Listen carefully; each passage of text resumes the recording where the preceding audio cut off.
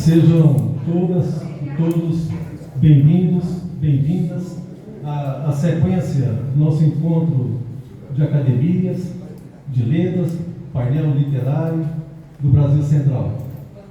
Vamos acomodar o nosso querido decano, Gilberto Mendonça Teles. Por favor, professor.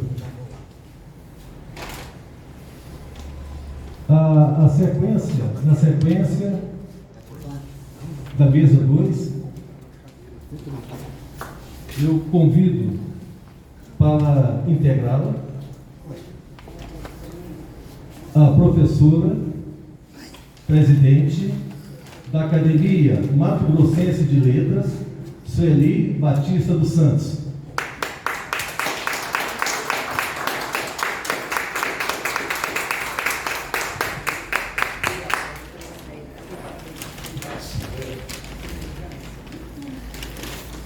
Convido a presidente, é quase que uma mesa toda só de mulheres, né? O privilégio do Bira. Quem sabe, Eu convido a presidente da Academia Espírito Santense de Letras, a professora Esther Abreu Vieira de Oliveira.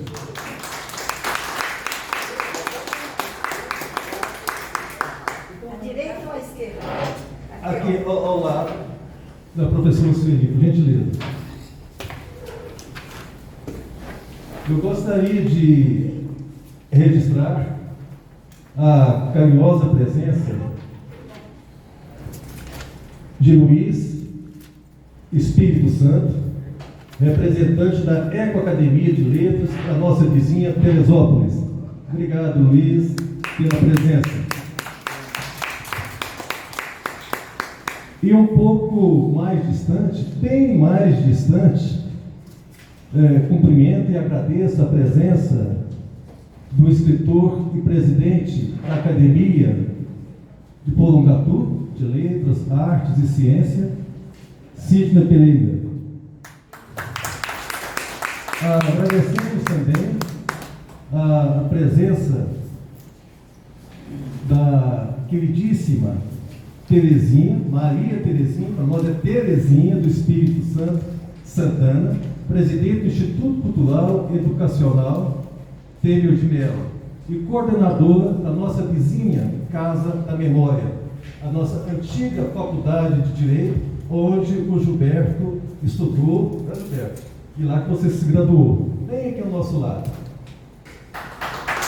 E a comunidade vai ser sua presença, e eu passo agora a condução dos trabalhos da mesa a nossa secretária-geral da Academia Goiana de Letras e secretária-geral também do nosso encontro de academias. Saúdo e agradeço a presença que agora se encontra entre nós do Dr. Eulírio Barbosa dos Santos, ex-presidente da instituição. Obrigado, Eulírio, pela sua presença também. E agradecendo, é claro, e muito a presença do nosso administrador-geral do nosso encontro de academias, sou eu, o professor doutor, escritor, competente gestor da União Brasileira de Escritores, Ademir Luiz da Silva.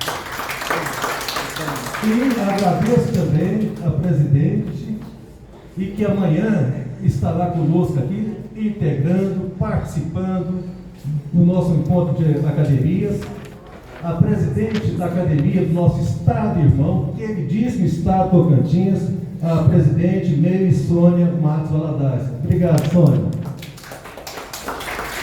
Agora sim, passo a condução à querida confreira Lida Selva de Alencar.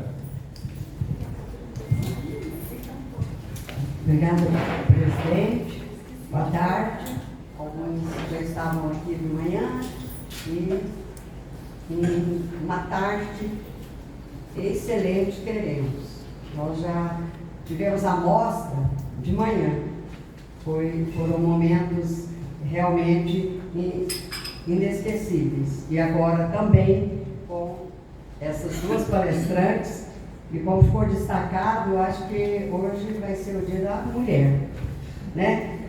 Então, que aproveitemos e que com a graça de Deus tenhamos uma tarde abençoada. Leda, só para evitar um ato meu aqui de extrema falta de memória, né? Não foi um ato intencional, né? E registrar também, né? As presenças do Henrique Medeiros, que é o presidente da Academia Sul-Mato-Grossense de Letras, e ao seu lado também participando e representando a Academia Carioca de Letras, Sérgio Fonda.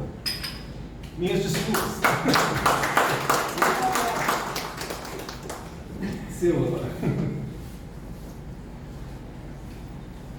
Bom, a nossa ilustre palestrante, presidente da Academia de Letras de Mato Grosso, Sueli Batista dos Santos, Academia Mato Grossense de Letras, AML, nascida em São Paulo. Você gosta que fale assim a data completa? Aos 28 de julho de 1956.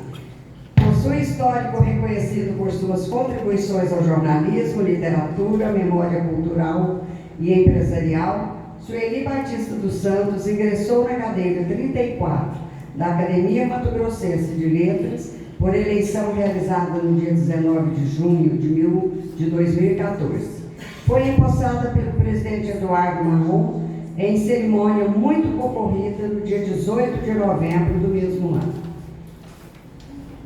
Já integrou a diretoria da instituição na gestão da presidente Maria Beatriz de Figueiredo Leite e do presidente Sebastião Carlos Gomes de Carvalho, tornando-se presidente por eleição em setembro de 2019. Sueli Batista dos Santos é jornalista, empresária, Master pós-graduada em Psicologia Positiva, empreendedora social, com MBA em Terceiro Setor e Políticas Públicas. Com todo este currículo, nossa expectativa, naturalmente, é de uma palestra extraordinária. Professora, para que essa mesa, né, se torne ainda mais agradável, eu gostaria de convidar a presidente da Academia Feminina de Letras e Artes, Elizabeth Fleury, para que ficasse aqui ao meu lado, e a sua xará também, vice-presidente do Instituto Histórico-Geográfico de Goiás, a xará Beth Calzada. Por favor.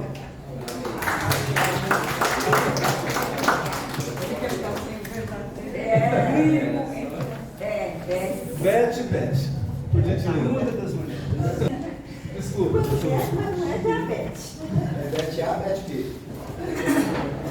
Boa tarde, presidente Bira. Já ficamos íntimos. Eu agradeço, a nossa Academia Mato Grossense de Letras agradece o convite para esse momento de integração, cidade que eu aprendi a amar no Centro-Oeste antes da cidade que hoje eu estou residindo. Quero iniciar a minha fala colocando a lira da mulher goiana na voz, como forma de respeito ao espaço que momentaneamente eu estou ocupando neste momento. Para falar de um tema que eu acredito que seja de suma importância, muito relevante para o equilíbrio de gênero nos espaços das academias de letras, bem como para a cultura, seja ela de uma cidade, de um estado e do país. Onde existem tantas mulheres a caminhar e abrindo com os próprios pés trilhas, alamedas, estradas, vias para suas próprias idas e vindas. Mulheres que em suas caminhadas trocam de cidade, de sotaque e colocam leveza em suas almas, a exemplo de Leda Selma.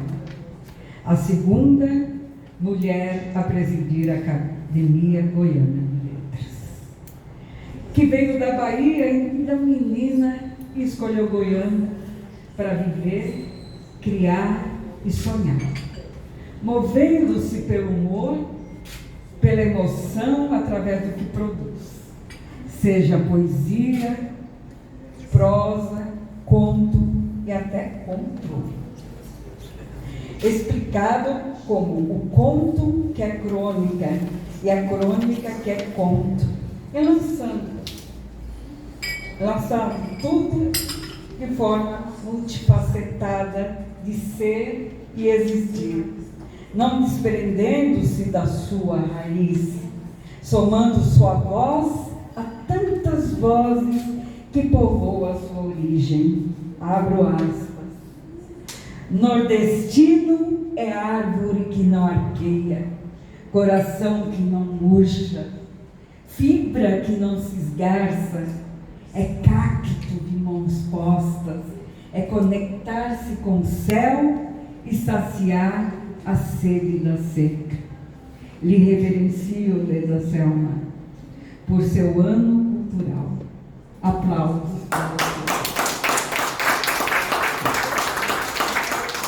Reverencio também as mulheres que em suas andanças trocaram até um dedo de prosa com elas próprias. Isso me remeteu a uma conversa que teve Cora Coralina com Ana Lima dos Guimarães Peixoto Bretas. Aspas. Aninha e suas pedras, não te deixes destruir, ajuntando novas pedras e construindo novos poemas. Recria a tua vida sempre, sempre. Remova as pedras e planta roseiras e faz doces. Recomeça, faz de sua vida mesquinha um poema e viverás no coração dos jovens e na memória das gerações que hão de vir. Esta fonte é para uso de todos os sedentos. Toma a tua parte. Venha a estas páginas e não entrave seu uso aos que têm sede.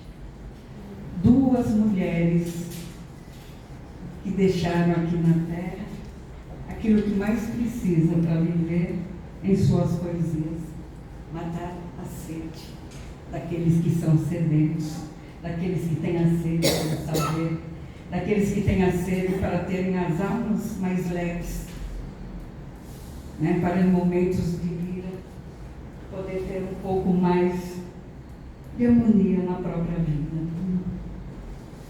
Como poderia eu não falar aqui de Cora Coralina, poetisa, cronista e contista, imortalizada por sua obra e pelas academias.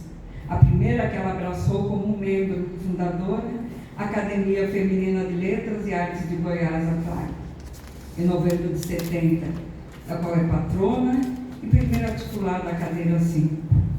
E segundo, aqui, a academia que abraçou, anos depois, a Academia Goiana de Letras. Em 1984, impostou Cora Coralina, ocupante da cadeira 38. Ao todo, 15 mulheres foram eleitas para a Academia Goiana de Letras. Hoje, 8 compõem seus quadros. 2 delas foram presidentes após 80 anos de fundação. A primeira, a escritora e educadora Maria do Rosário Casimiro, que eu tive um grande prazer de sentar aqui ao lado dela hoje, juntamente com a Esther, essa mulher maravilhosa, presidente da Academia Espírito Santense de Letras, que aos 90 anos de idade, gente, esbanja vigor, responsabilidade, simpatia e ainda energia para criar.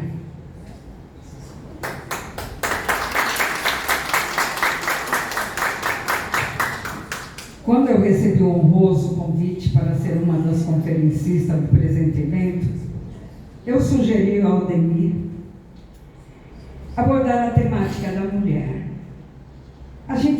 lança uma palavra para ver se podemos ser acolhidos.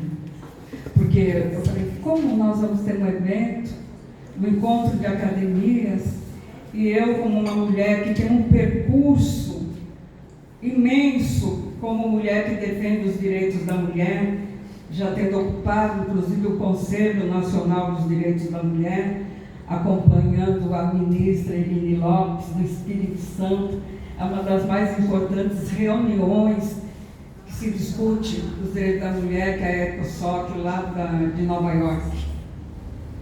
Então, a gente sempre procura colocar um pouco da historicidade, né, da mulher, né, em todas as áreas. Mas eu nunca falei da mulher nessa área específica da literatura, porque a gente sempre tem o foco mais nos direitos da mulher, mais no empreendedorismo, no empreendedorismo social, dos negócios. Mas a Academia Goiana de Letras me possibilitou falar da mulher nas letras. E eu tenho que expressar minha gratidão. A Academia Mato Grossense de Letras, a qual presido pela segunda gestão, sendo responsável, inclusive, pelo seu centenário, eu comecei a minha primeira gestão fazendo comemoração de 100 anos, terminei a minha gestão no meio da comemoração de 100 anos e abri como presidente, a nova presidente, dos demais meses que restava daquele ano centenário. A nossa academia, ela tem um pioneirismo em nível, eu acredito, da maioria das academias de letras no país, porque ela já abriu com uma mulher nos seus quadros. Difícil a gente saber, né? Falar assim, abriu a Academia de Letras, quantos anos teve para ter uma primeira mulher? Questiona-se sempre, quantos anos teve para ter uma primeira mulher presidente? Mas nós tivemos a abertura da nossa academia, 17, na reunião de 17 de julho, que nossa academia comemora em setembro, mas foi a reunião preparatória. E nessa reunião, o Centro Mato Grossense de Letras, que é a raiz da Academia Mato Grossense de Letras, ele propôs e foi aprovado por unanimidade o nome da professora Ana Luísa da Silva Prado para ocupar uma das cadeiras. Tal fato, entretanto, não é uma demonstração de que a instituição manteve-se voltada ao progresso feminino na literatura. Para se ter uma ideia, chegou aos seus 100 anos, tendo apenas 3 mulheres eleitas a presidente. A cronista Nilza Queiroz Freire foi a primeira mulher.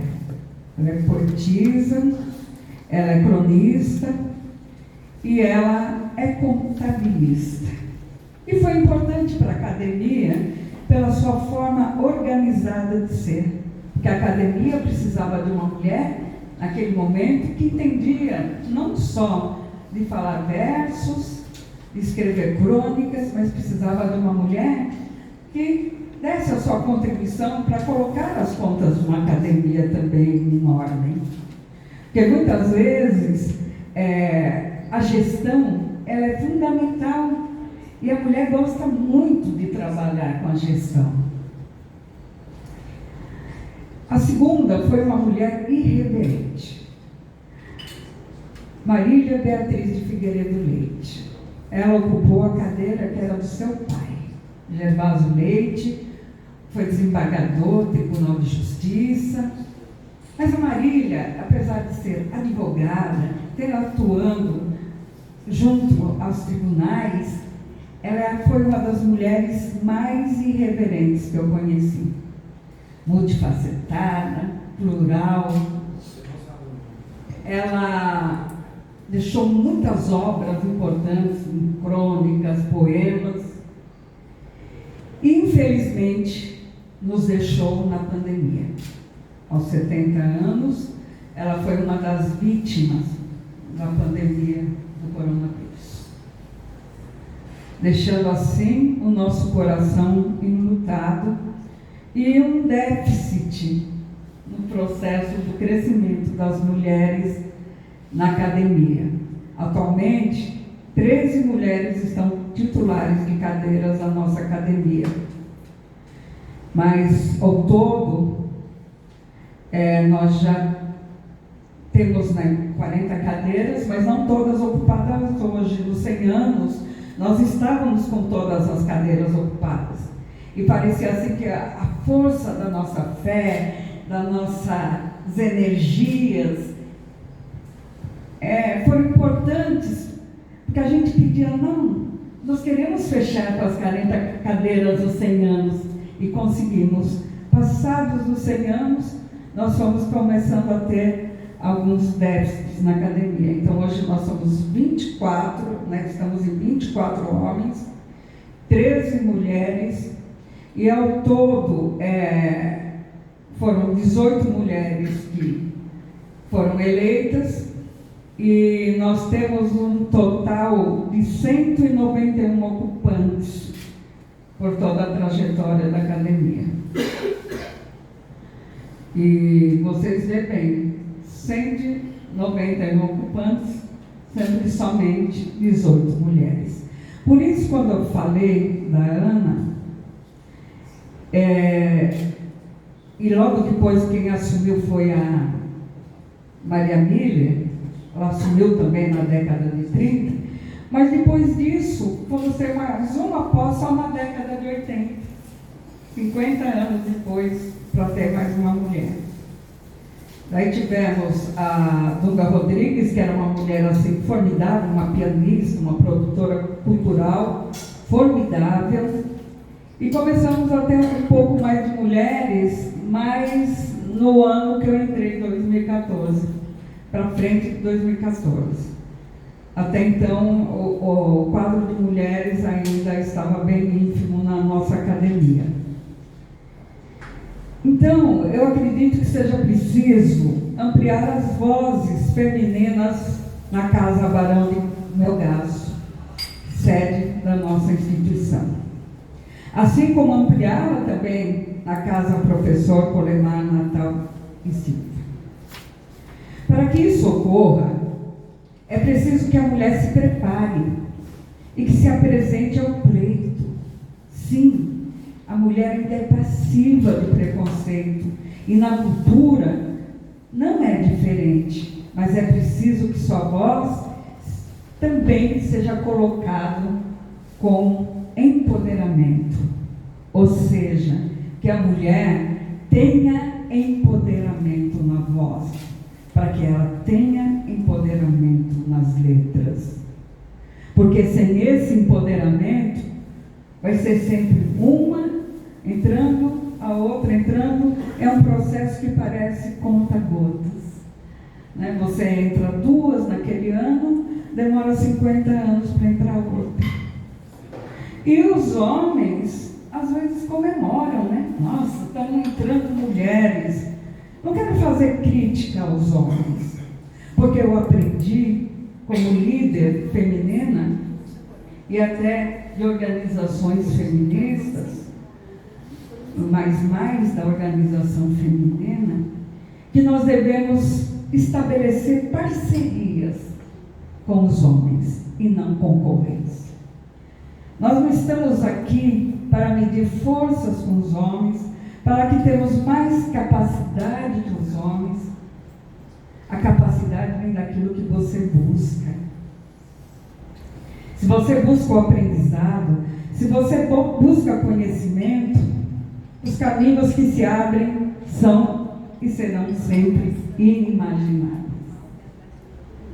E nós devemos procurar este caminho, ao lado sim de homens que têm a sensibilidade como Bira,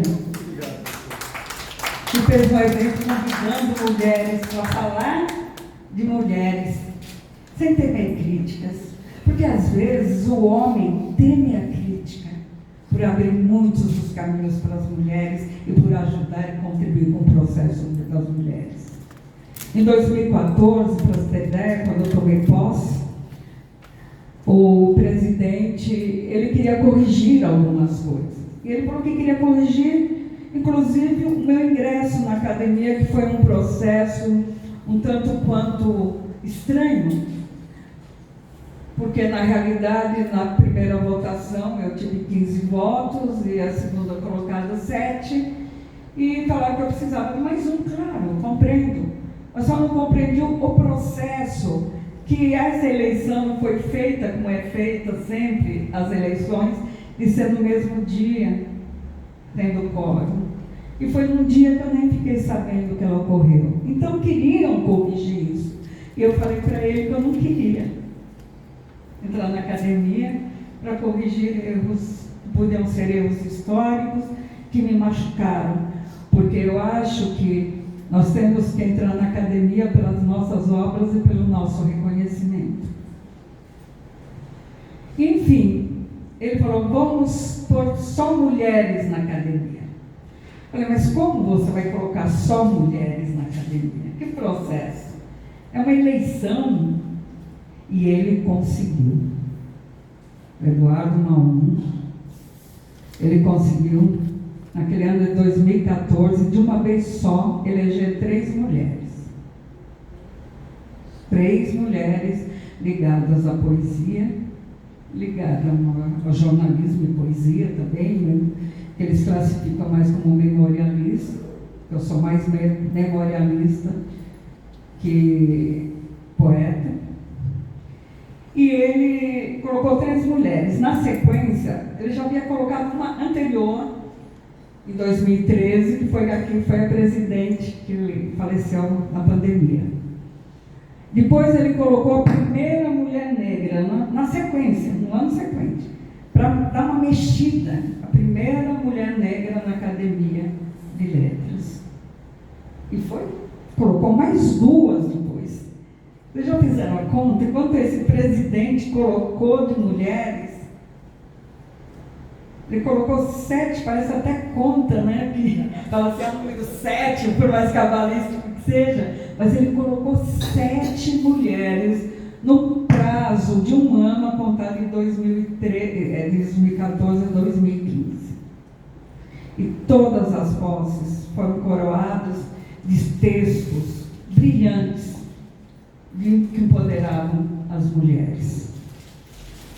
Depois do Eduardo Maum, o presidente quis também que fossem mulheres a presidente e elegeu a Marília Beatriz.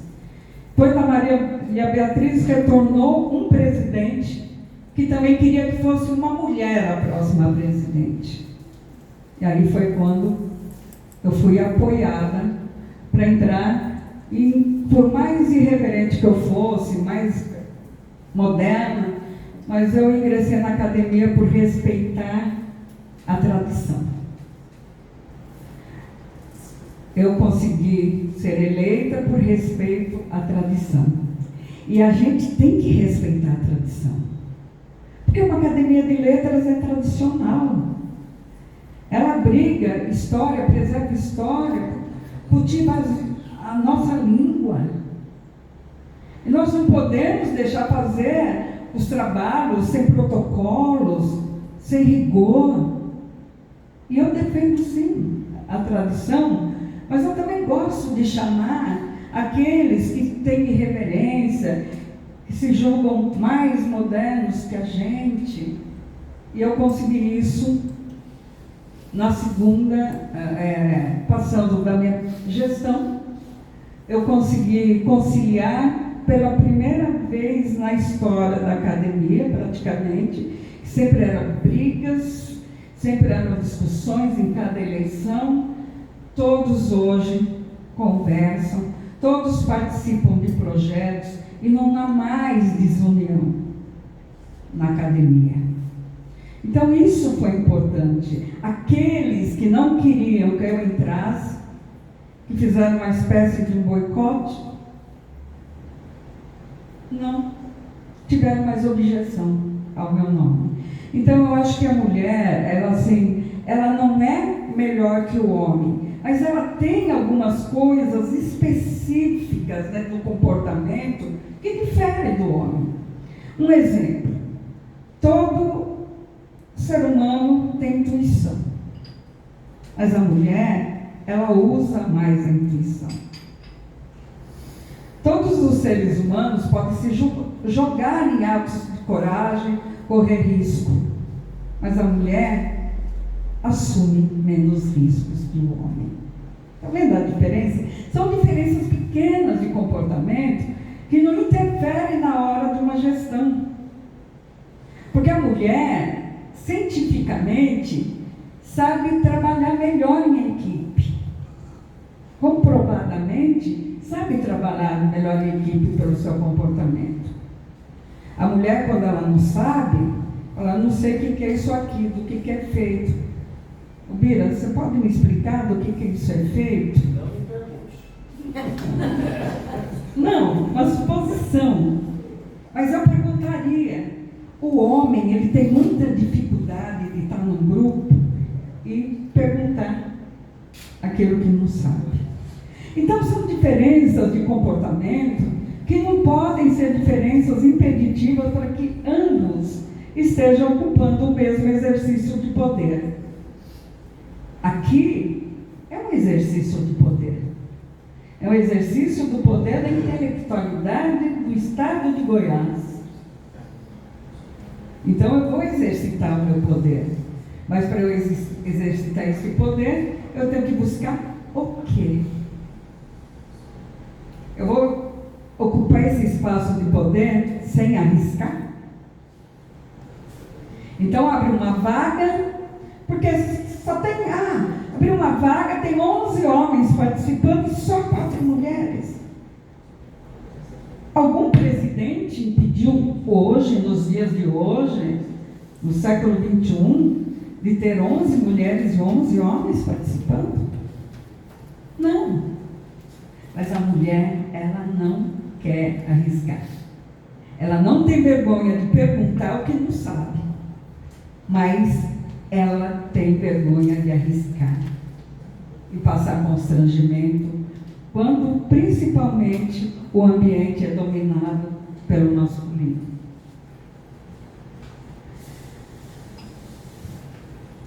A escritora e pesquisadora Yasmin Jamil Haddad, que aliás é membro correspondente do Instituto Histórico aqui de Goiás e ocupa a cadeira 38 da nossa academia, é pioneira nos estudos referentes aos escritores, aliás, às escritoras mato-grossenses, com relevantes estudos que comprovam atitudes preconceituosas no âmbito das academias.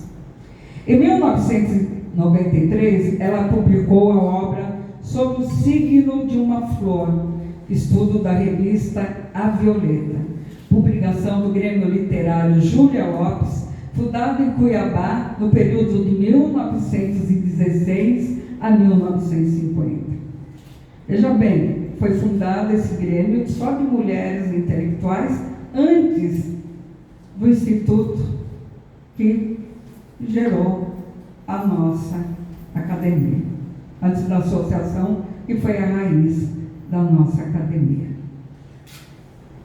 Mas, pelo menos, conseguiu que uma das mulheres desse Grêmio estivesse participando do processo de fundação, o que era uma grande novidade na época, porque somente 50 anos depois, praticamente, a Academia Brasileira de Letras, né, quase 50 anos, 47 anos, teve a primeira mulher a ocupar a academia.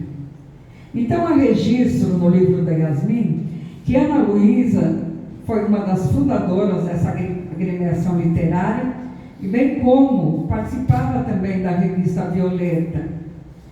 E essa época de 16, essa revista ela mostrou um apogeu da mulher, porque ela discutia assuntos de empoderamento já naquela época, só a palavra não era usada, empoderamento, mas ela discutia o quê? O progresso feminino. Existiam as associações do progresso feminino nacional, local. Então, a Violeta anunciava como principal objetivo o seu desejo de não ser um repositório de escritos burlados pelo cinzel das inteligências luminosas da nossa terra, mas sim o escrínio singelo que encerrará em cada uma de suas páginas os nossos primeiros ensaios de vida jornalística. A escritora relata que a ideia de criar esse grêmio foi de uma escola de normalistas, de estudantes normalistas, do qual a Ana, que foi a nossa primeira mulher, fazia parte do grupo de professores. A escritora relata também que, além de simpatizantes da cultura, essas mulheres desejavam um espaço para o cultivo das letras e sua divulgação através da revista, que era bimensal e que teve a duração de 34 anos. O nome com o qual foi batizado o Grêmio, Júlia Lopes, mostra que suas fundadoras estavam antenadas com um movimento estabelecido no país naquela época, né? Porque ela trazia o nome de uma mulher que, de certa forma, ela se opôs ao androcentrismo na vida cultural. Vale registrar que a homenageada, Júlia Lopes, foi uma das grandes referências da escrita e também para a idealização, gente. Veja bem, essa mulher foi responsável, uma das responsáveis, pela idealização da Academia Brasileira de Letras. Entretanto, ela foi impedida de ocupar uma cadeira na instituição, comprovadamente por ser mulher. Não é suposição das mulheres, que hoje, né, muitas pessoas falam, a mulher está se queixando, mas não é isso. Ela realmente não ocupou a cadeira por ser mulher. Embora sua inteligência, sua escrita, sua competência, suas ideias avançadas traziam legitimidade para estar naquele lugar. Seu marido, por outro lado, foi aceito. Ela foi considerada uma das mais notáveis romancistas do século XIX e uma das primeiras autoras a colocar as suas letras a favor do questionamento do papel da mulher, dos questionamentos positivos sobre o porquê a mulher não ocupava o poder. Aspas. Nascemos, morremos, e no intervalo de uma outra ação, vivemos a vida que o nosso tempo nos impõe. O que ele impõe, odiosamente, à mulher, é o desprendimento dos preconceitos, o assalto às culminâncias em que os homens dominam e de onde a repelem. O feminismo vencerá, porque não nasceu da vaidade, mas da necessidade que se obriga a triunfar. Eu, como pertencente de organizações das mulheres, eu sei o que é isso. Porque muitas mulheres que estão na organização, elas, nossa, não vamos falar de feminismo. Aqui na nossa organização nós não somos feministas. Nós somos femininas. Mas há sempre de se lembrar que foram as lutas hercúleas dessas mulheres taxadas de feminismo que trouxeram as conquistas para as mulheres também atuar em vários espaços de poder. Então não há de se negar a importância do que falava Júlia Lopes e do que, né, isso trouxe de contribuição.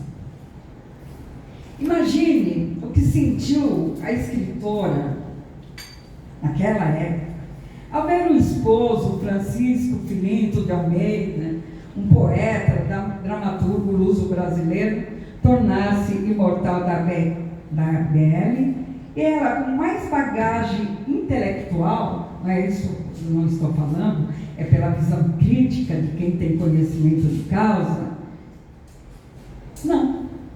não conseguiu o que ela queria e de onde ela contribuiu. Isso configura-se uma clara demonstração de machismo no ambiente cultural. Daniel Brunet, jornalista e escritor no Rio de Janeiro, escreveu em junho de 2017 para o jornal O Globo, quando a escritora imortal Ana Maria Machado coordenou um ciclo de palestra na Academia Brasileira de Letras, intitulada A Cadeira 41. Cadeira 41. Que cadeira seria essa? Cadeira 41 era a cadeira daqueles grandes escritores, das grandes escritoras que simplesmente não tiveram a oportunidade de ocuparem a cadeira na Academia Brasileira de Letras, principalmente por preconceito racial e de gênero.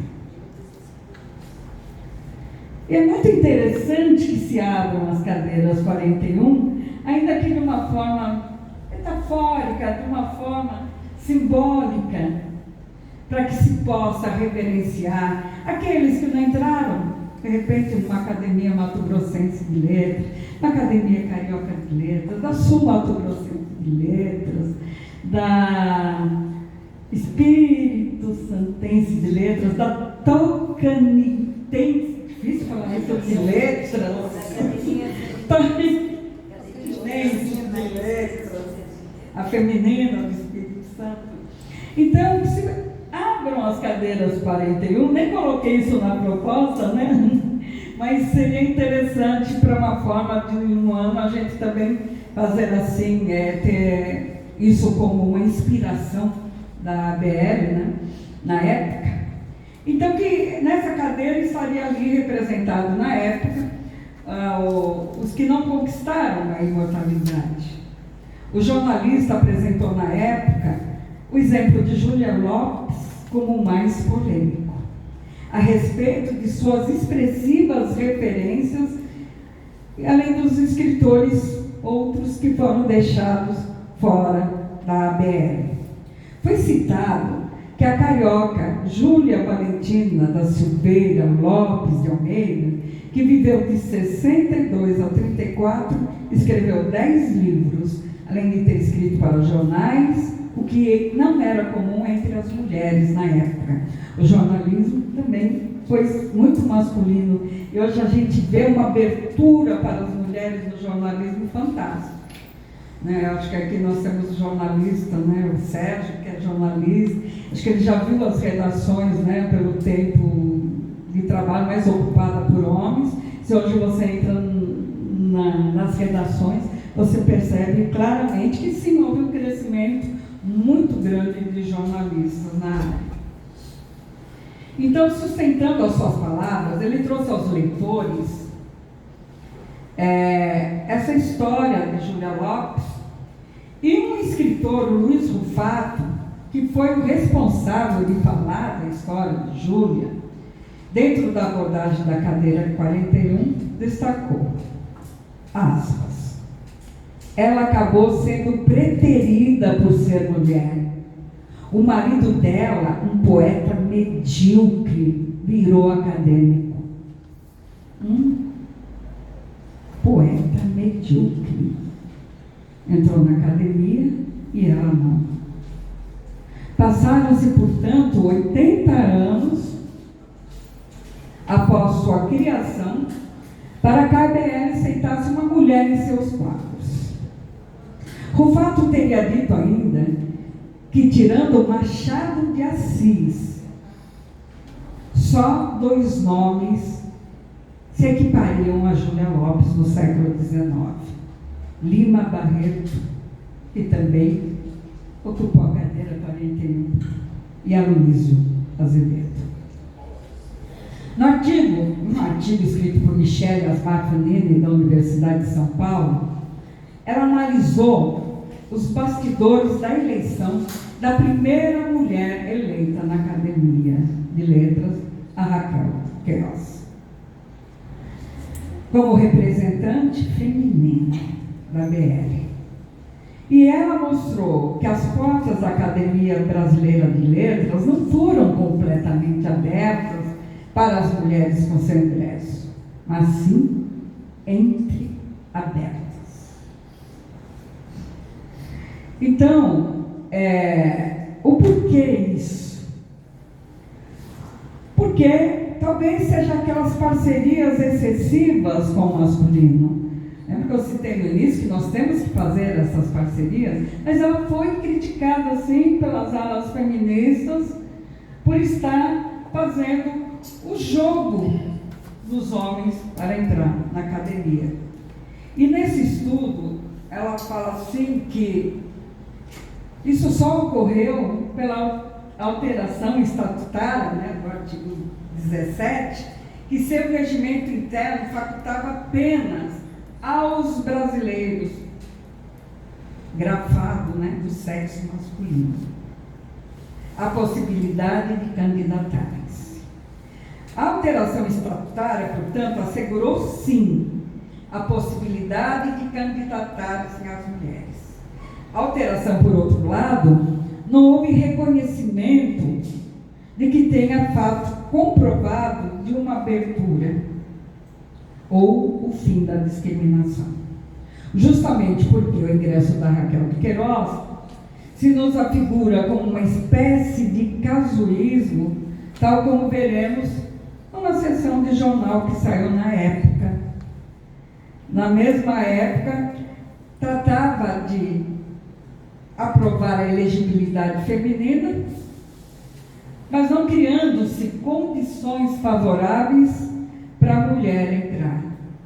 Ou seja, quem mais trabalhou para tornar legítima a eleição da primeira mulher da Academia Brasileira de Letras, referenciando-se uma luta como sendo uma luta das mulheres, pelo registro da história, foi a escritora de Inácio Pedro de Queiroz, romancista, cronista e contista brasileira, que foi a segunda representante feminina, né, na ABL, recebida no dia 7 de abril de 81. No dia seguinte, à posse de Raquel de Queiroz, a notícia da sua conquista, tão aguardada, né, pelas escritoras, pelos movimentos femininos, pelas defensoras dos direitos das mulheres, teve uma divisão de páginas de jornal. Ou seja, as mulheres só comemoraram a segunda a tomar posse da academia, como vinda de uma luta originariamente feminina. Agora, retornando à Academia Mato Grossense de Letras, e a primeira a ocupar a cadeira na instituição, já numa fase embrionária, criou-se uma expectativa forte para que outras mulheres ingressassem. E foi o Grêmio Júlia Lopes que o fez, quando entrou também a segunda mulher, que era Marília Miller, que foi esposa do interventor do Estado de Mato Grosso. Então, a gente mostra aí que havia, sim, o empoderamento da mulher a partir do que a gente pode chamar de meritocracia até, mas que ela fez jus por estar num grêmio e trabalhar a escrita feminina, que tanto contribuiu também para a mulher culturalmente ter uma elevação do seu papel naquele início do século, no meio do século passado. Então, nós tivemos depois algumas mulheres que foram importantes nessa construção. Em 2008, quase 80 anos após a instituição ser fundada, um grupo de 5 imortais surge a primeira presidente. E do seu ingresso como gestora, como ela gosta de recordar, que um dos acadêmicos falou para Nilza Queiroz Freire, que foi o José Ferreira de Freitas. Ele falou: aqui antes era tudo sim, senhor. A partir de agora é sim, senhora. E ela comemora isso, porque 80 anos precisou para alguém falar sim, senhora, na Academia Mato Grossense de Letras. Gostaria de ser a primeira presidente a transmitir o cargo para outra mulher presidente. Ainda não aconteceu isso. Sempre os homens transmitiram o cargo para as mulheres. É importante, não vou criticar, mas eu gostaria de ter meu nome na história, por toda a minha luta dentro de uma bandeira feminina, de uma bandeira feminista, a entregar o cargo para uma mulher. É inegável que no século XX as mulheres experienciaram avanços. Elas precisam seguir mais adiante, dando novos passos para que o nosso empoderamento nas letras encontre e alcance números mais equitativos. Para isso, há algo que parece claro: as alianças das mulheres com os homens, sem competição, mais valorização dos méritos. Raquel de Queiroz foi duramente criticada, porque quando ingressou na BL, não levou consigo a ideologia feminista. Disse que chegou não por ser mulher, mas porque tinha uma obra. Mas quantas tiveram obras e não chegaram na academia por ser mulher? As relações homens e mulheres foram alteradas. Estamos distantes da ordem patriarcal, nos distanciando, aliás, da ordem patriarcal, na qual a mulher era relegada a plano secundário. Dentro desse mesmo sistema, vinha o sistema familiar, onde ela era submissa ao pai, aos irmãos, depois ao marido e, às vezes, submissa até ao próprio filho. Então, vamos trabalhar, vamos ter a consciência, as mulheres e os homens da academia, não achar que está bom, não achar que aqui, quando você olha, tanto na saudade, Galeria da Saudade, a Galeria dos Acadêmicos, a Galeria dos Presidentes, vê poucos rostos femininos, sequiosos, desejando estar ocupando também o poder nas letras. Antes de eu encerrar, eu gostaria de dizer que a gente tem uns trabalhos dentro da nossa academia, mas não priorizamos as mulheres em si pelo fato de eu ser uma mulher presidente. Na academia, todos têm os seus espaços dentro daquilo que é considerado mérito. Que os méritos sejam reconhecidos. Gratidão.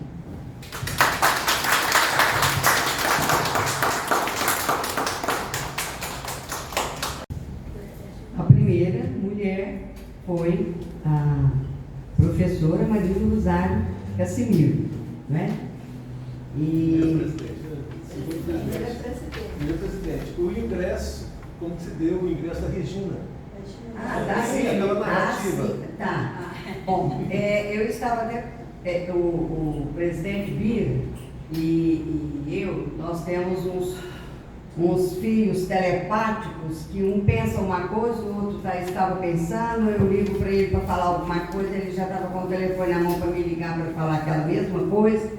Então, é realmente uma harmonia, eu não sei se é espiritual, o que é. Eu anotei aqui que quando chegasse o momento do debate, eu iria falar exatamente isso.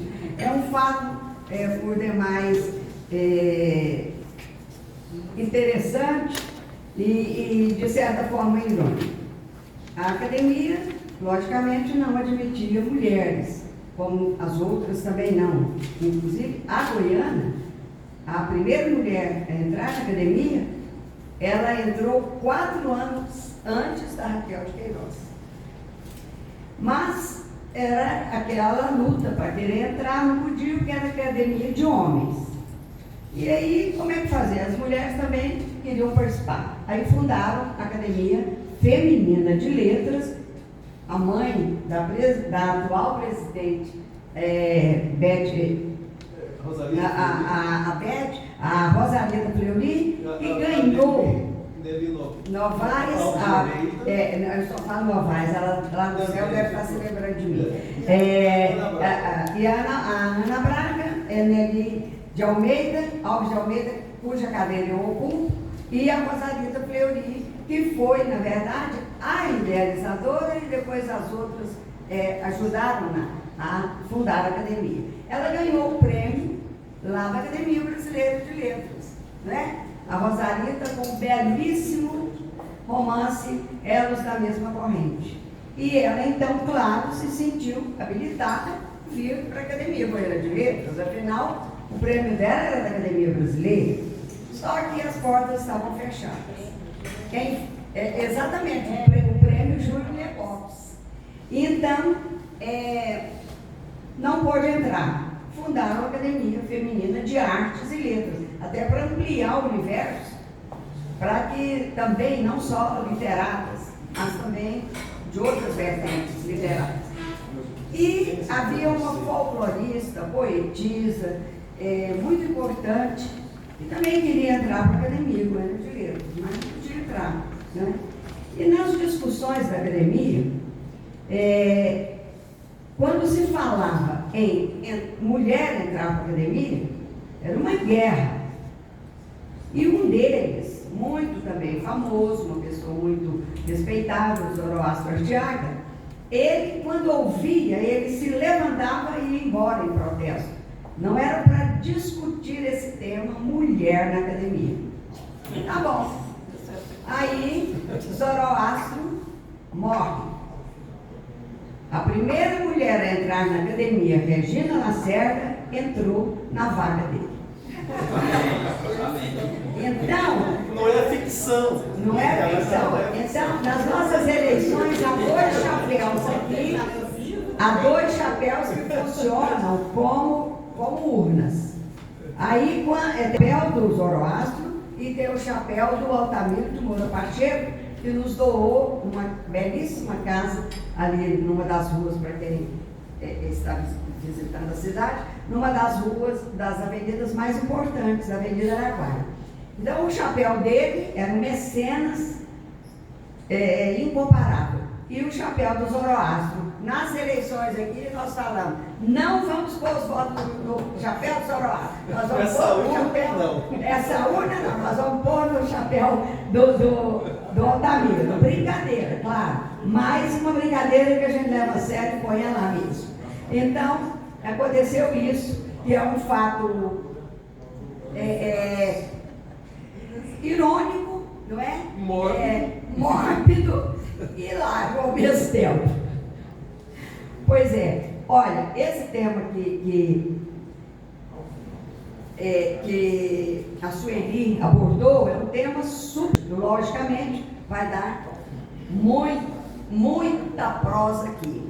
Então, nós faremos o seguinte, eu passarei a palavra à escritora Esther, falaremos sobre o currículo dela, e depois que a Esther terminar, aí nós faremos o debate, né, das duas, para não perderemos tempo, aproveitaremos mais ainda para o debate. E olha, estão de parabéns os conferencistas hoje. Todos, eu até mostrei aqui para quanto que faltava de tempo para ela. Ainda sobrou 1 minuto, certinho. E o Dicero também, o Edmar, mostrei para ele, faltavam 10 e ele também, está todo mundo 9 e 10.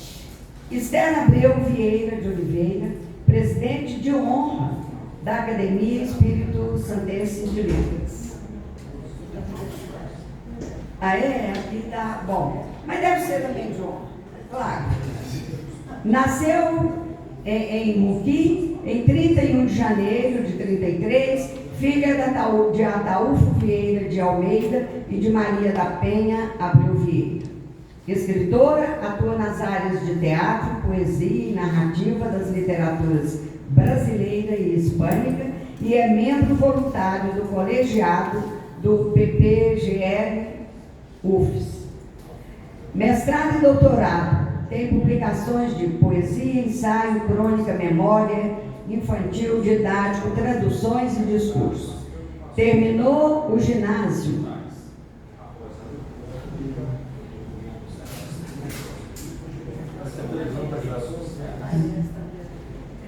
Bom, me perdi. Terminou o ginásio normal em Muqui. que produziu. Foi professora primária e secundária e é professora emérita da UFS, Universidade Federal do Espírito Santo, claro. Especialista em Filologia Espanhola, Madrid, com o texto Estudio Comparativo de la Sintaxe Verbal Portuguesa e Espanhola, com especial atenção ao uso brasileiro.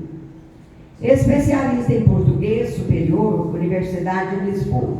Mestrado em Língua Portuguesa pela Pontifícia Universidade Católica do Paraná, com a dissertação Alguns aspectos do possessivo português em confronto com o espanhol. Doutorado em Letras Neolatinas, Língua Espanhola e Literaturas Hispânicas pela Universidade Federal do Rio de Janeiro, com a tese O Mito de Dom Juan, Suas Relações com Eros e Thanatos. Pós-doutorado em Filologia Espanhola, UNED Madrid, com a tese Para uma leitura do teatro atual, Estúdio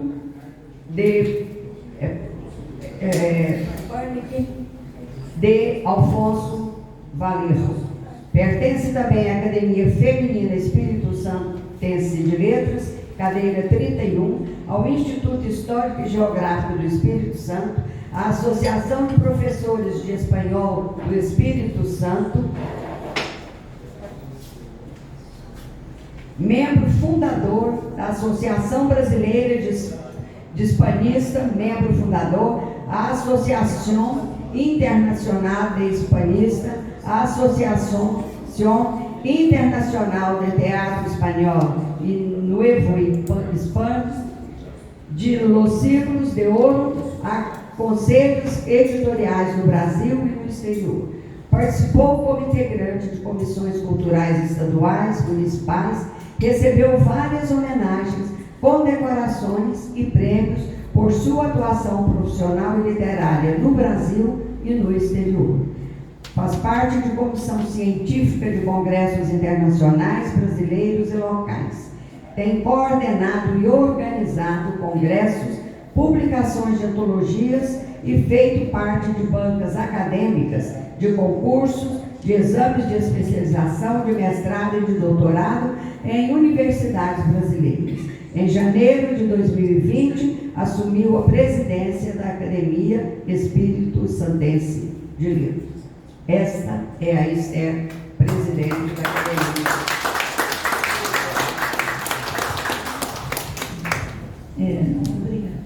Obrigada, viu? Boa tarde, boa noite, boa tarde. Eu já fiquei atrapalhada com isso aqui. Obrigada, Ubiratão. Ubirajá, presidente da Academia de Goiás, pelo convite. Eu acho que vou esperar um pouco. Mas não precisava te ler essas coisas. Deixa eu ficar bem, quero agradecer o Birajara, o convite que fez a nossa academia. Quem fez foi o Ademir, o presidente da União Brasileira de Escritores, com quem eu tive os primeiros contatos. E quero, em nome do Birajara, cumprimentar a todos os organizadores desse evento maravilhoso e parabenizar o senhor Altair Barbosa, né? Que falou hoje pela manhã, e essa palestra da Sueli Batista, um pouco poética e informativa, e a Leda, que foi homenageada aqui, eu não conhecia esses detalhes. E vou pedir desculpas, porque eu preparei para mostrar e falar, e algumas coisas vão ficar pesadas. A centenária Academia a que pertence o Espírito Santense de Letras é a segunda entidade cultural fundada no estado do Espírito Santo. Ela tem uma sede que fica ao lado do Palácio do Governo. E a fundação dela foi em 1921. O seu imóvel é próprio, mas devido também a uma generosidade de um acadêmico, o Cociúcio Barbosa Leão, e sua esposa, Laura Madeira de Freitas. O Cociúcio era um acadêmico que pertencia à cadeira 36. Ele não tinha filho e deixou, então, a casa, que colocamos, então, o nome Casa Cociúcio Barbosa Leão. E foi criada uma medalha também, Cociúcio Barbosa Leão. Nós não temos Pereirinho, mas sim uma medalha Barbosa, de Cociúcio Barbosa Leão. Ela, quando foi fundada, tinha 20 cadeiras. Foi em 1921, mas em 1939 ela passou para 40 cadeiras. Hoje, essas 40 cadeiras, uma vai ser preenchida dia 27 a 30, e a outra pagou ontem.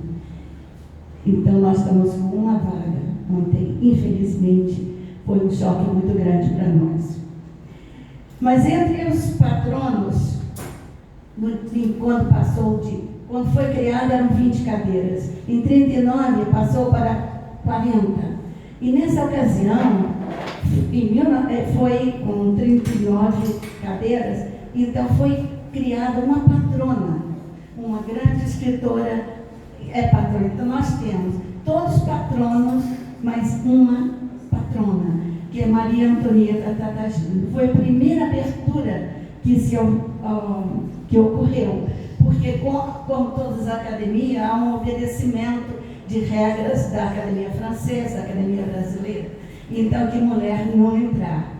Então, atualmente, nós temos 6 acadêmicos, porque uma faleceu, e são 10 que participam, né? E 6 estão no quadro ainda, porque as outras faleceram. E a primeira mulher a entrar na academia foi em 1986. Foi Judite Leão Castelo Ribeiro. Família, aí você observa dentro, família poderosa e na Serra, e poderosa no Espírito Santo. E ela tinha sido a primeira mulher a ser do Legislativo do Espírito Santo. Ela quis entrar na academia, não podia. Então, quando foi em 1986, ela entrou, vai ficar 6 meses só. Logo em março, ela entrou em setembro e março não voltou. Então, nós temos, e como presidente, a primeira presidente, Maria Helena Teixeira de Ribeiro, entrou 65 anos depois de criada a academia. Eu estou lá há 75 anos fundada, porque eu entrei em 2019. Então, e participei dessa centenário da academia, num período crítico da Covid. Então, durante esse período, tive dificuldade de participar, de organizar uma festa presencial. Então, tive que ampliar até, mexer no estatuto para poder fazer alguma coisa. Mas fizemos, sim, lá em exercer. Então, a academia é uma entidade sem fins lucrativos, filiada à Federação da Academia de Letras do Brasil, é civil, de caráter cultural, tem, como todas as academias, assim, o objetivo do cultivo da língua. E quando foi criada em 1921, foram 3 jovens, um professor, jornalista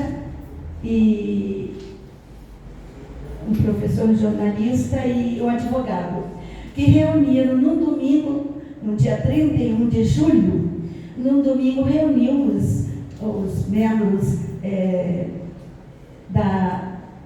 membros da cidade e ilustrativos ali, jornalistas, médicos, reuniões para mostrar a eles o desejo que ele tinha de criar uma academia de letras no Espírito Santo. Nesse dia, então, ficou resolvido que seria a Academia de Letras do Espírito Santo, e o bispo diocesano estava presente, ele ficou sendo o presidente da academia, dos setores que estavam sendo organizados ali, foi constatado o secretário, e assim foram criadas 20 cadeiras nesse dia.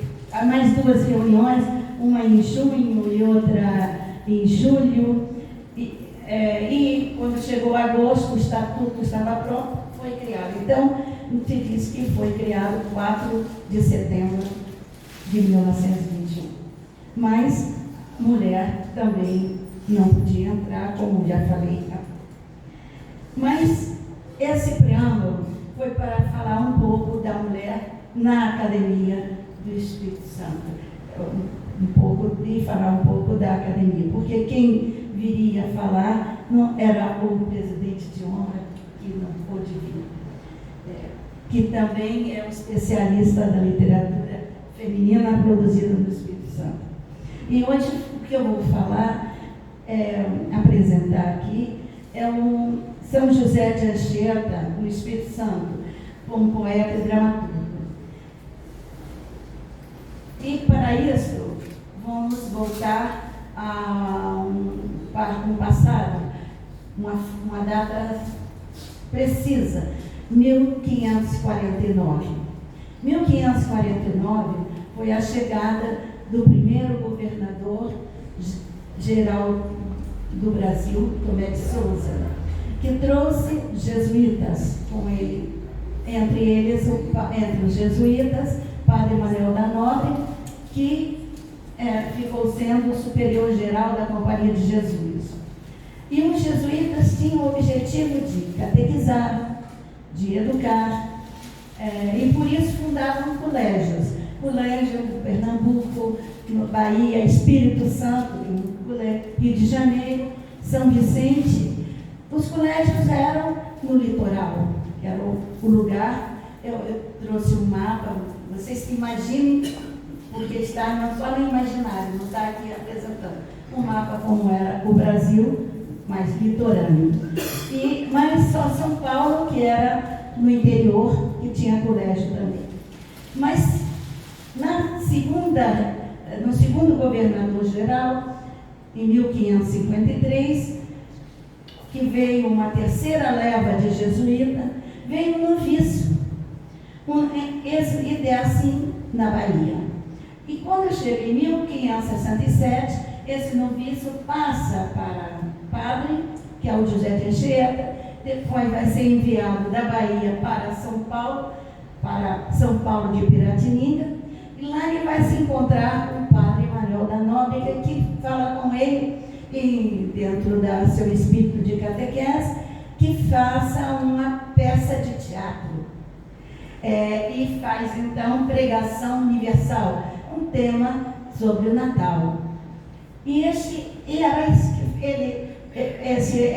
teria o objetivo de se representar para que os portugueses, os colonos, ouvissem e pregassem o cristianismo.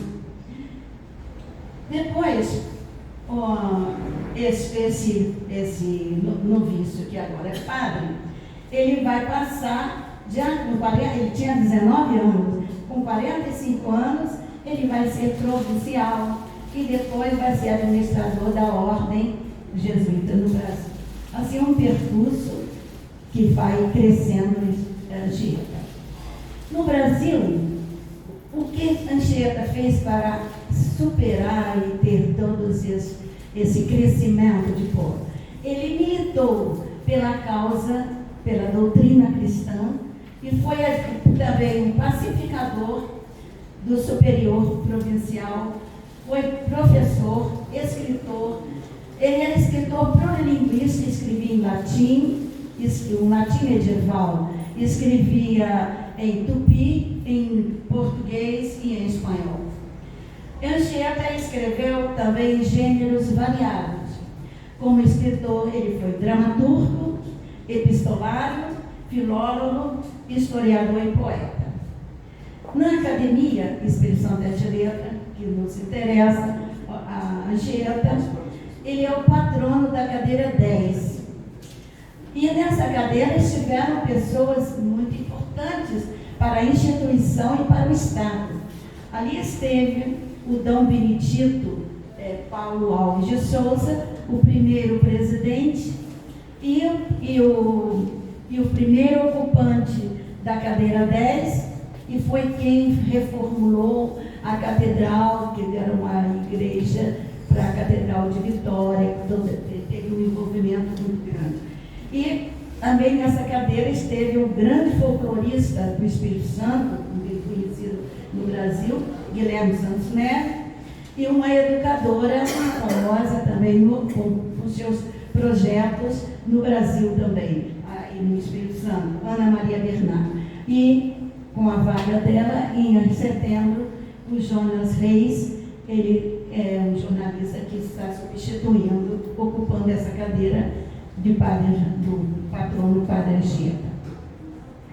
E Anchieta era um espanhol. Ele nasceu nas Ilhas Canárias, em Tenerife, em 1533. Mas ele pode-se dizer que é do Espírito Santo, não do Brasil, porque ele viveu 64 anos de sua aí no Espírito Santo e morreu ali com 64 anos, em 1597. Morreu em um lugar chamado Leritiba. Leritiba passou para outro nome, depois, hoje em dia, chama-se Anchieta, o município. Mas quando ele não quis, poderia ir para São Paulo, para onde quer que ele estava doente. Ele era, dizem que era tuberculoso de ossos, não sei o quê. Bem, isso não interessa para nós, interessa a nós como escritor. Então ele não quis, e quis morrer, podia morrer em Vitória também, que está o colégio. Ele quis morrer em Leritiba, a vila que ele havia fundado. Quando morreu no colégio, que ele também havia fundado, diz a lenda, não sei, que 500 pessoas, 500 índios, levaram carregando, por isso que tem no período de junho, tem uma caminhada de Anchieta. Então, mas levavam de Leritiba para o colégio de Anchieta, que era em Vitória, ao colégio onde estava a igreja, onde estavam as relíquias do santo mártir, que era o padroeiro da capitania do Espírito Santo. E assim conta, e os ossos deles ali ficaram até que em 1601 foram distribuídos daqui e dali para os seculares. Tem um osso que está lá ainda em Anchieta, outros foram para Roma, para Bahia, por isso. Mas tem um túmulo simbólico pintado lá como fosse. Pena que eu não posso mostrar assim, mas vocês olham no Google que podem ver como era o colégio até o século XVII. No século XVIII houve um incêndio, a igreja de São Tiago foi incendiada, mas o túmulo está lá pintado e modificado, está no Palácio de Anchieta.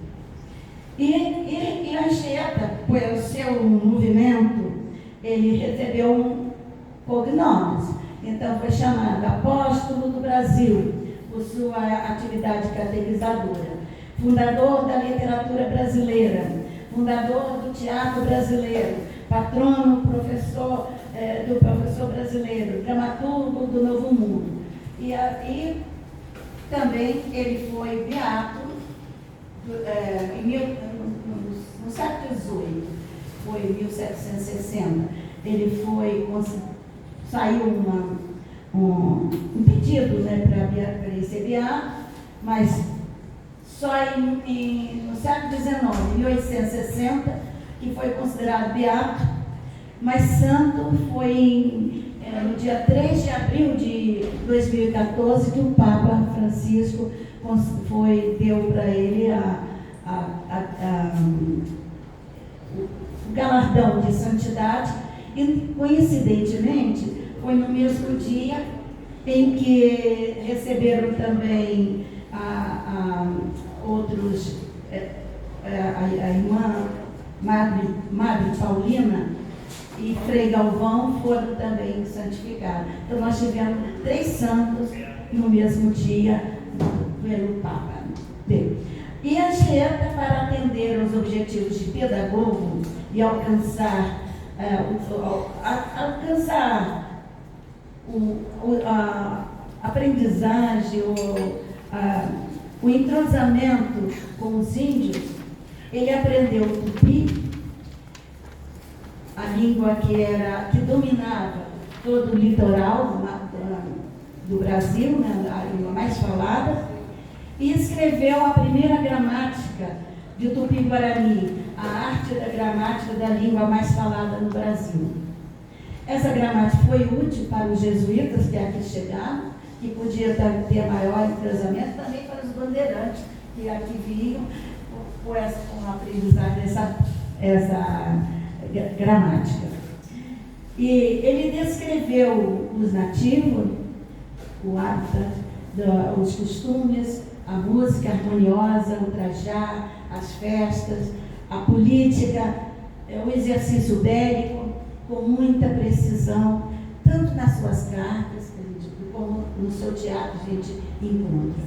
O maior interesse de Anchieta no Brasil era sempre a simpatia, às vezes a admiração pela qualidade naturais do selvagem. Mas sempre ele mostrou muita grande simpatia para com eles. Mas temos assim uma visão geral de quem era Anchieta, para falarmos agora do que nos interessa mostrar, que é a parte literária, a arte poética de Anchieta e a dramaturgia. A Anchieta pode-se dizer que foi o fundador da arte poética no Brasil, mas até o século passado as poesias dele eram totalmente desconhecidas, permaneceram inéditas até 1814. Até o século XIX havia ineditismo nas poesias de Anchieta, não se sabia. Isso por problemas que tivemos com o Marquês de Pombal, naturalmente. Mas após a restauração da companhia, conseguiram cópias manuscritas de algumas poesias de Anchieta que se guardam no Instituto Histórico e Geográfico do Brasil.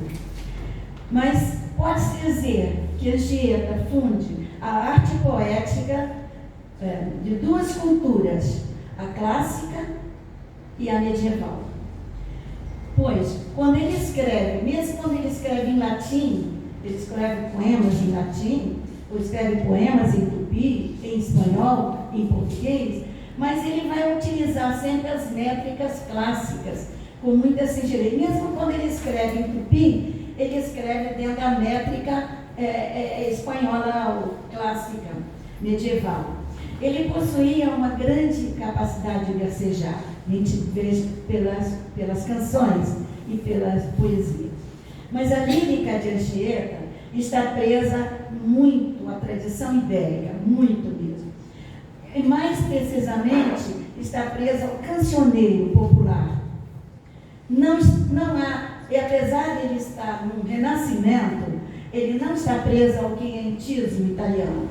Ele foge do individualismo próprio dos clássicos. Está muito mais perto do escritor medieval, muito preso a Gil Vicente no teatro, por exemplo. Anchieta, com extrema musicalidade, candura, ele escrevia os poemas e canções em português, em espanhol, em latim, tupi, como já falamos. Mas tinha toda uma finalidade dele, doutrinar. Eu escrevia para doutrinar. Quando a gente escreve para extravasar o sentimento, o extravasar do sentimento dele era para doutrinar. Doutrinar o que ele pensava fosse verdade. Um exemplo desse objetivo é um poema que é muito exemplificado nas antologias, que é a canção A Santa Inês. Nessa canção ele quer mostrar como são recebidos por Deus aqueles que amam a Deus. E o poema nos lembra os hinos sacros, ou os poemas dos cancioneiros à maneira de Gil Vicente, ou de Rodé Manrique, por exemplo. Está dividida em 3 partes. Na primeira mostra, aparece a entrada da Santa Virgem, e 9 quartetos. E começa: Cordeirinha linda, como folga o povo. Essa é a entrada. Depois, na segunda parte, fala então do martírio da santa. Destaca nesse martírio, ele vai destacar, colocar a santa como padeira. Mas tem um significado. Por que ela padeira? Porque como padeira, poderia falar de pão, poderia falar de bolo, poderia falar de farinha, poderia falar de hóstia, aí poderia falar de Eucaristia. Então, olha, não é de Alentejo esse vosso trigo, mas Jesus amigo é vosso desejo. E assim prossegue. E para poder falar metaforicamente, portanto, que ela vai usar, ele vai usar a palavra trigo, etc. Na terceira parte, que é o canto final, ele vai se dirigir à santa, dizendo: Ade altare Dei Virgem. E aí termina singelo a poesia. E Anchieta também, quando esteve prisioneiro dos Tamoios, em Iperói, junto com o padre Nório, ele é atual Ubatuba, né, Iperói. Ele escreveu em latim um escrito a Virgem, que escreveu na areia, De Beata Virgem Dei Matre Maria. Mas esse poema eu li a tradução, né? Ele escreveu nas areias da praia. Depois, naturalmente, memorizou, escreveu nos papeizinhos, né? Porque a gente tem até hoje, não está na praia, não. As ondas devem ter carregado. Bem, Anchieta expressa o seu universo interior com muita simplicidade e intimismo, mas todo no sentido cristão. Não há nada não há nenhum sentimento que não seja cristão. Mas esse cristianismo dele é uma maneira de ser coletivo. É um sentimento de coletividade. E um exemplo dessa coletividade é um villancico. Villancico é uma canção muito usada todo Natal na Espanha. São uma poesia muito delicada, um estilo muito popular, que pode ser pelo Natal, como já falei. Mas ele faz um artifício, ele pergunta, um pecador que pergunta ao menino Jesus. E o pecador pergunta: que fazeis, menino Deus, nessas palhas encostado? Jaz aqui por teu pecado, ó menino enfermoso. Pois que sois uma riqueza, como estáis em tal pobreza? Por fazer-te glorioso e de graça no engomado, jaz aqui por teu pecado. Então termina sempre com uma sextilha que termina com a chave do pecado. Então sempre este sentimento. Os recursos estilísticos utilizados por Anchieta eram limitados, mas com propriedade ele emprega rimas muito comuns, principalmente da mesma categoria gramatical. Gente, mas da mesma categoria gramatical, fazer um poema, eu acho que é muito difícil essa arte. E ele fazia isso com propriedade. E muitos poemas ou canções se encontram nos seus autos. Autos são o teatro, as obras de teatro são autos, porque está dentro de um foco religioso. Então, as canções que vamos encontrar, as coisas estão dentro dos álbuns. Ele utilizava mais muito populares, como já falamos, na Península Ibérica. Então, ele vai usar estrofes de 5 versos, que é a quintilha, vai usar o terceto, os nonas, a sétima, a sextilha, um décimo, o verso redondinha maior, os quebrados, decassílabo. Então, muito variado a sua metrificação. E a sua última canção, ele escreveu um mês antes dele morrer, ele escreveu, está no alto da visitação, da representação em Vila Velha. A canção começa o alto, né? Quem teve esse alto, esse último alto e essa última canção está em espanhol, porque, como falei, ele escreve em espanhol, português, e, por exemplo, o alto da Vitória, ele escreve, fala em português e fala em espanhol, português e espanhol. Tudo eu acho muito difícil. Como podia, porque, claro, que ele atendia ao auditório. Então, a canção começa assim: Quem te visitou, Isabel, que Dios en tu vientre tiene, hazle fiesta muy solene, pues que viene Dios en él. E assim por diante.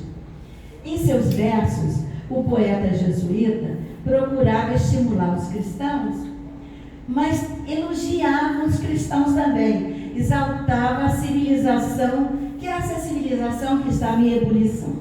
Um exemplo são os versos de Santa Úrsula, que ele manifesta com muito carinho, um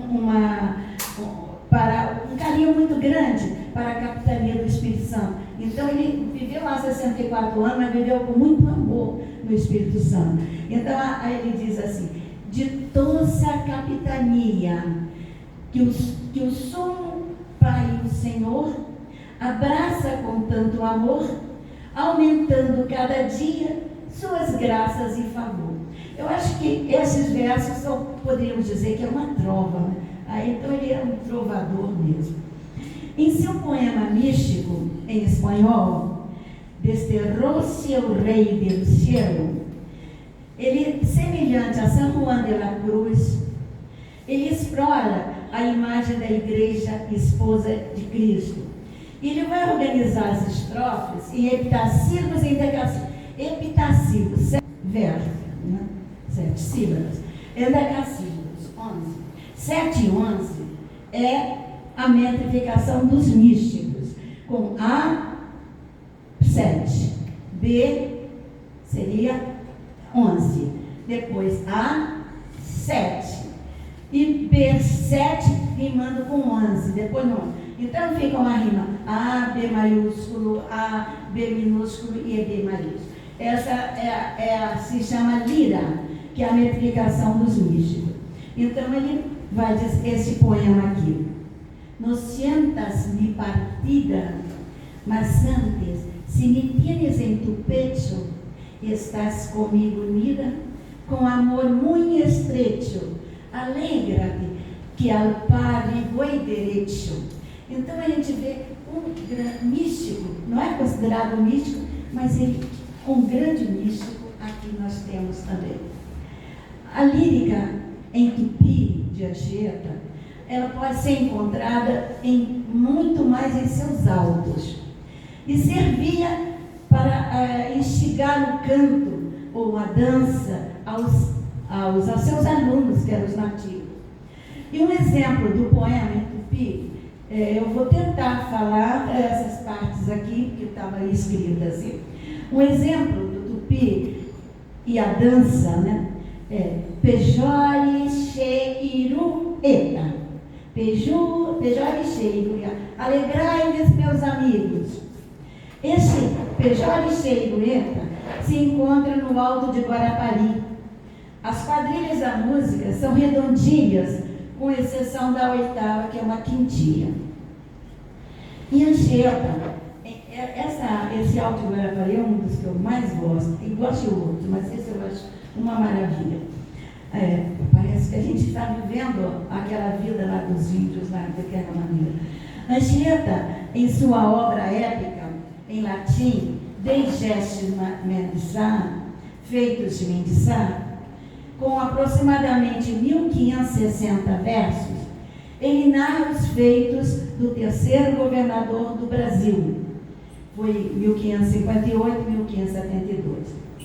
O Mendiçá procurou pacificar a colônia, liberando-a da guerra contra os nativos, principalmente da revolta da capitania no Espírito Santo, lá em São Mateus, a guerra do Cricaré, que chamaram. Então, e lá ele mandou um filho que morreu, o Fernando Sá, nesse combate da Batalha do Cricaré. E ele fez essa época, preciosa essa época. E Anchieta, nessa época, ele valoriza Mendiçá como um homem humanista e o coloca participando da história, personificando a história. Anchieta vê a natureza como um modelo ideal de vida, compara o homem com o animal, superando o animal ao homem até. Exemplo, quando referindo-se à nação das tribos ferozes que rompiam com as leis santas da natureza e divina, com o canibalismo, ele, entre aspas, mais tradução, cevando as queixadas bestiais em corpos humanos. Está no verso, na página 127. E mais precisamente as ações do chefe do Curupeba. Curupeba quer dizer o sapo chato. Ele classifica as ações dele como infernais. Em contraposição ao papel civilizador de Mendiçá, Curupeba era, tradução, mais feroz do que o tigre, mais voraz que o lobo, mais assanhado que o lebrão, mais audaz que o leão, saciava o ávido ventre com carnes humanas, por muito tempo tramou emboscadas, seguia no seu viver de feras o exemplo do rei dos infernos. 5 minutos. Então, nós vamos falar do teatro. Hein? Bem, só terminando. Então, Anchieta, na época, a época de Anchieta é muito bonita. E existe um Face, um Instagram, no Face ou Instagram, existe uma Anchieta. E ali ele tem umas partes que estão bem presentes à época, é de Lacrata, não é Lacrata?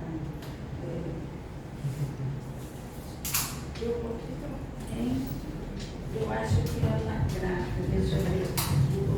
Eu tenho aqui. Filme Anchieta, José do Brasil, de 1977, com Ney Latraca, como José de Anchieta, diretor Marco Bottino. Então, esta obra, ela é interessante de ser, demora para ser, mas tem umas partes interessantes que mostram muito essa época de Anchieta, uma parte. Acho interessante se vocês puderem ouvir. Mas, na época, ele descreve, como eu falei, a crueldade dos índios contra os portugueses, a chegada de Mendiçá, a angustiosa situação da capelania do Espírito Santo. E o poema épico, ele ressalta também o árduo trabalho dos jesuítas de sol a sol, caminhando. Isso tudo está muito bonito essa época. E Anchieta, como os jesuítas, pretendia modificar os hábitos dos nativos para levá-los a obedecer à ética religiosa cristã, dentro do espírito religioso daquela época. Mas no teatro dele, ele procurava encaminhar os nativos, como os europeus também, para os costumes e o caminho da fé, da virtude. Se vocês algum dia puderem ler o teatro dele, Guarapari, que é muito, porque está em Tupi, é muito bonito. E eu ia falar do Alto de Vitória, que ele fala da capitania, da situação da mulher ali, que era governadora, mas não deu tempo. Ia falar também da última obra dele, um mês antes dele morrer, que ele escreveu para serem do Salto de Santa Isabel. mas fica para vocês lerem e ouvir, que a Anchieta é um encanto.